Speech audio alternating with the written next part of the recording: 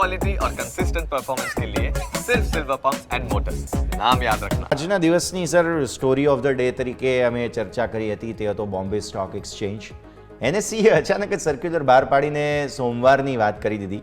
હવે આ બંને એક્સચેન્જીસ વચ્ચે કોમ્પિટિશન કેવી ચાલી રહી છે તમે જુઓ, અને એના કારણે સીધા બીએસસી પર આજે ઓલમોસ્ટ એક ટાઈમે તો લોઅર સર્કિટ લાગી જ જશે એવું લાગતું હતું, પણ પછી સારી રિકવરી જે છે તે જોવા મળી. સ્ટોકમાં 4000નું લેવલ હતું કે જે ડિફેન્ડ કરવાની પૂરી કોશિશ બીએસસીએ કરી અને ત્યારબાદ થોડી રિકવરી આવી છે.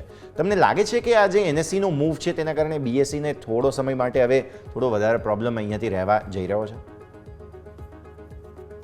હવે જે પ્રમાણે તમે વાત કરી છે, અત્યારે એનએસસી ને બીએસસી વચ્ચે કોમ્પિટિશન ચાલી રહી છે અને આપણે જોઈ શકીએ છીએ કે આવનારા દિવસોમાં કદાચ 2025માં આપણને એનએસસી નો શેર પણ લિસ્ટેડ થવા જોવા મળી શકે છે.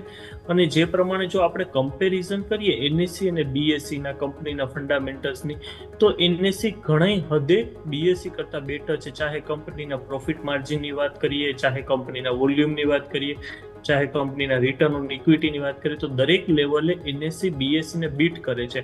પણ એનએસસી એ પણ જોઈ રહી છે કે બીએસસીનું છેલ્લા જે 4-5 મહિનાથી જે પ્રમાણે એફએનડો ડેવલપ કરે છે, બીએસસીએ જે ઇન્ડેક્સના ઓપ્શન સ્ટાર્ટ કરેલા છે, ફ્યુચરમાં સ્ટોક્સના પણ ઓપ્શન્સ લઈ આવી શકે છે, તો એ કારણે એનએસસી પહેલેથી થોડું પ્રિકોશનલી આ બધા સ્ટેપ્સ લઈ રહ્યું છે અને આવનારા દિવસોમાં એનએસસી આના કરતાં પણ વધારે એગ્રેસિવ જોવા મળી શકે છે.